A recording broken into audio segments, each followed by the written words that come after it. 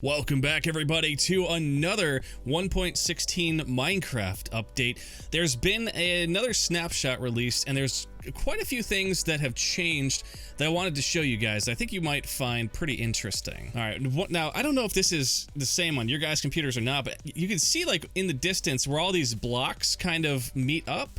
It's got like this little glitch between it, and I tried googling it, and some people said something about like map levels or something, but I don't know. I couldn't find it, so if you see that in the video, that could be update related, or it could just be my computer. Anyways, we're gonna go ahead and create ourselves a Nether portal, and we're going to portal to the Nether. And one thing I did notice is that in this update, they really seem to have changed a lot of stuff in the Nether, and by that I mean it's basically the entire Nether looks this way now. I could not find any spots in the Nether that didn't have this new biome. Before, there was still some of the old just netherrack parts all over, but for some reason it's completely changed. And you can also see there are now baby piglins and hoglins that are running around. Now, this update is interesting because watch what happens if I go into survival mode. Everything attacks you, and it does a lot of damage. You can see the piglins are carrying around their crossbows, and they're shooting at you, and the hoglins are trying to chase you. So last time I recorded the video, there was no AI in the hoglins, and if you punch them, they didn't really do much. They didn't run away. So if you punch them now, you can see there's a little bit of knockback in them, and yeah, they they hurt pretty bad. Stupid piglins. You know, I'm just gonna stay in creative mode for a second, but it kind of gave me an interesting thing that I wanted to research.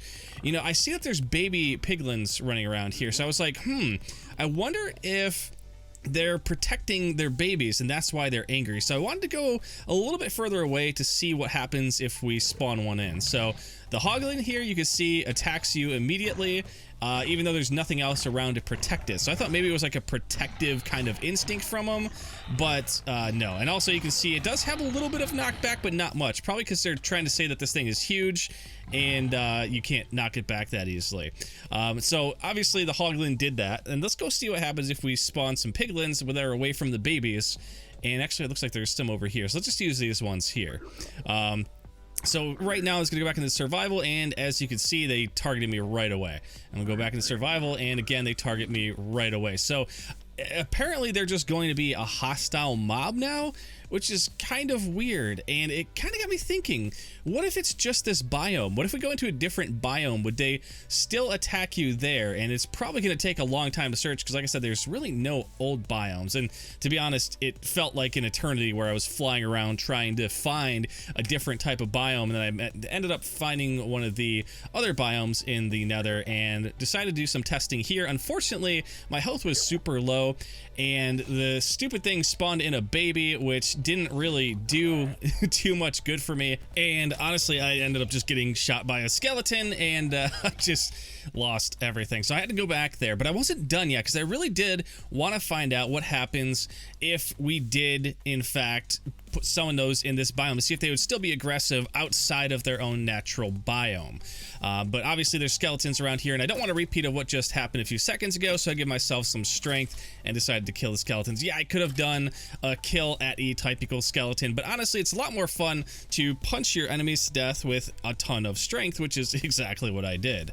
And something else that was interesting that kind of bugged me, as I was walking around, I realized that some blocks aren't making noise. So I picked them up, and I realized that soul sand isn't making any noise in this update. And same thing with soul soil.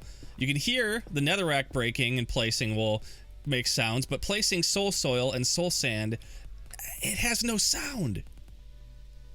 Isn't that just weird? Like, it creeped me out. Anyways, I'm sure it's just something that they're gonna fix soon. It caught me off guard, and it was really freaking weird.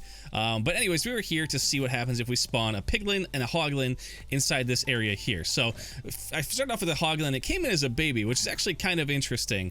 And when I go into survival mode, you'll notice that it still attacks here. But as a baby, apparently they don't really do much damage at all. I mean, it does start to do some damage over time, but not very much. So hoglins will still attack you inside this biome, and I'm guessing it's going to be the same for piglins. So let's spawn that guy in, and yeah, so he attacks right away, and that stupid gold sword hurts really bad. But then I kind of had an idea. What happens if lightning strikes a hoglin? nothing. I kind of expected it to turn into a piglin, but it didn't. But then I realized, hey, it's burning. No other mobs in the Nether really seem to be affected by fire. So I did some testing, and both piglins and hoglins are affected by fire. And I don't know if this is done on purpose or if this is something that they're going to change, but it's weird to see mobs in the Nether that take fire damage.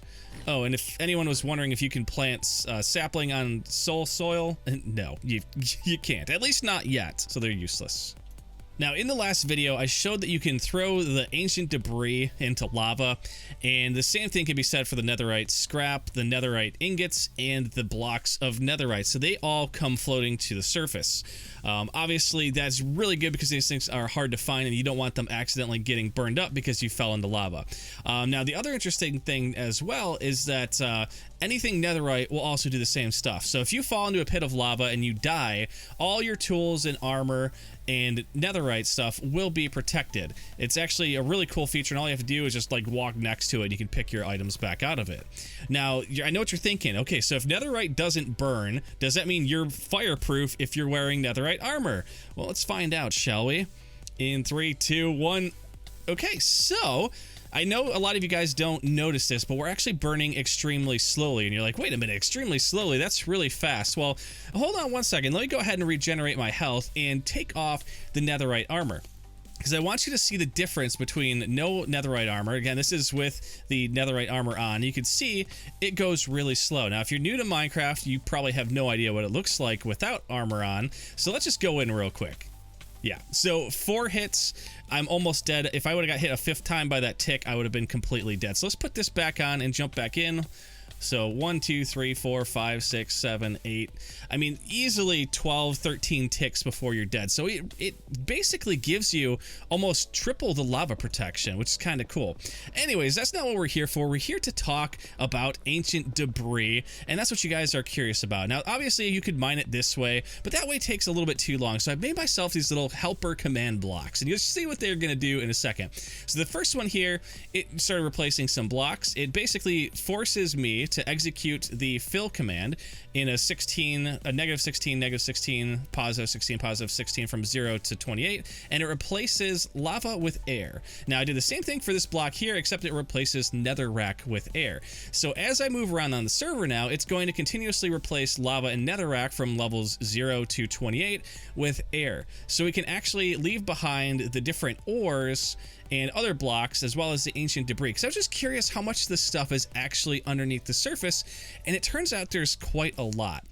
Now, it's not like diamonds or other ores where they form a lot of them sticking together. They actually form kind of a little bit separated. So you can see they're not really touching. They're kind of like a block apart. I mean, these ones here, okay, so these ones are touching. But overall, you're going to find mostly like a single piece or, you know, 2 just kind of floating around. But you can see there is quite a lot of it. But remember, you need 4 pieces of that to make a single netherite ingot, as well as 4 pieces of gold ingots. So you need 4 pieces of gold and 4 ancient debris that you gotta turn into the scrap that you gotta combine to make your netherite ingots.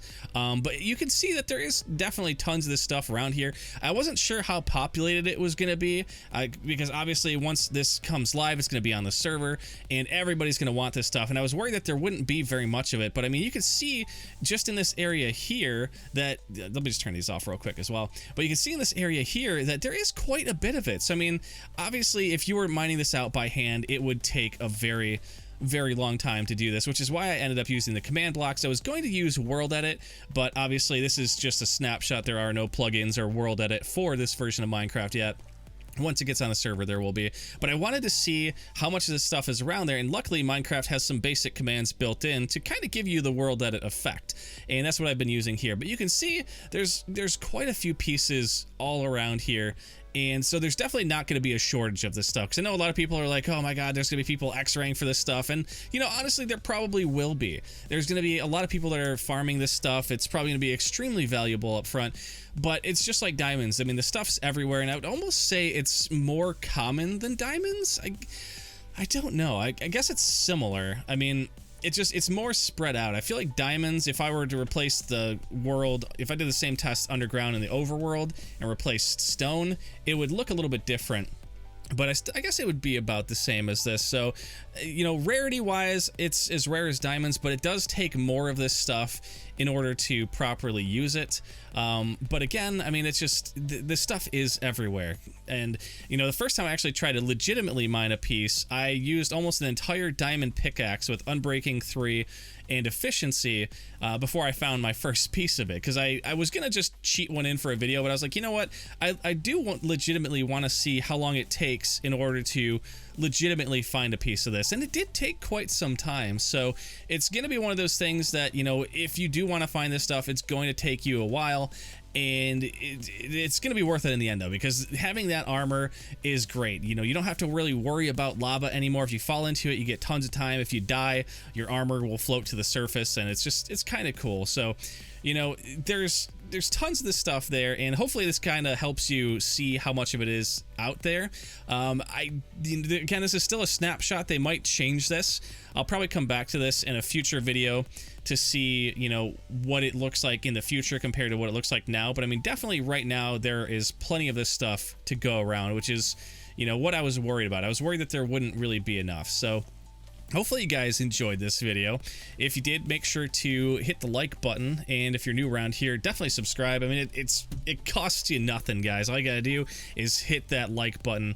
But I will see you guys again next time. Hopefully we'll have some more cool stuff to show you guys, and I know there's a lot of other stuff with 1.16 as well. I'm just covering some of the basics now, but if you want to see more advanced stuff, definitely let me know, and I will see you guys next time. Goodbye, everybody.